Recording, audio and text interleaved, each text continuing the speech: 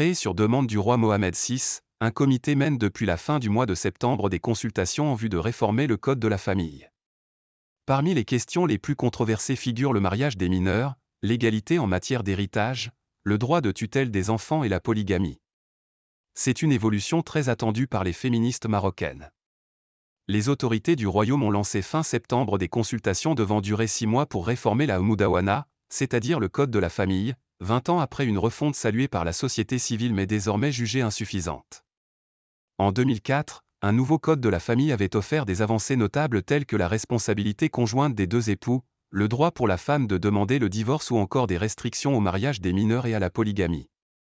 Le départ des islamistes du pouvoir en 2021 a offert l'occasion au roi Mohamed VI de reprendre des positions réformistes relativement osées du point de vue de l'islam politique et de renouer avec l'esprit de la réforme du début de règne, qui avait été salué à l'étranger et par beaucoup d'associations féministes, analyse Pierre Vermeuren, professeur d'histoire contemporaine du Maghreb à l'université Paris 1. Si le texte de 2004 a été considéré comme un tournant historique pour le droit des femmes au Maghreb, il comporte néanmoins de nombreuses failles et ses aspects les plus controversés ressurgissent à intervalles réguliers dans le débat public. Alors que le principe d'égalité entre hommes et femmes est inscrit dans la Constitution de 2011, il existe encore de nombreuses violences juridiques et institutionnelles à l'égard des femmes, note l'avocate et militante Ghislaine Mamouni, fondatrice de l'association Kif Mama Kif Baba.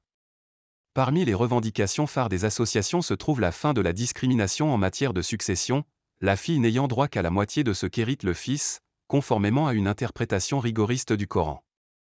Le mariage des mineurs est aussi l'une des questions les plus controversées, car elle incarne un aspect marquant de la discrimination de la loi et suscite de grandes inquiétudes, souligne auprès de l'AFP Atifat Ingerdine de l'Association démocratique des femmes du Maroc.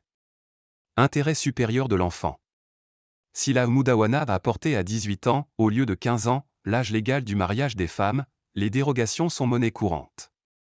Censées être exceptionnelles, elles atteignent des niveaux très élevés puisque près de 85% des demandes présentées entre 2011 et 2018 ont été approuvées, selon une étude du ministère public. Les restrictions à la polygamie introduites en 2004 sont également facilement contournées.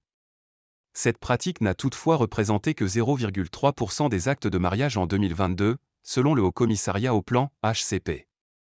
Les juges et les notaires gardent une grande marge de manœuvre au Maroc. Cela permet aux conservateurs de maintenir un droit islamique en dehors des standards de la loi, explique Pierre Vermeuren, selon qui cette situation alimente aussi la corruption car ces dérogations légales sont achetées par les pères et les maris.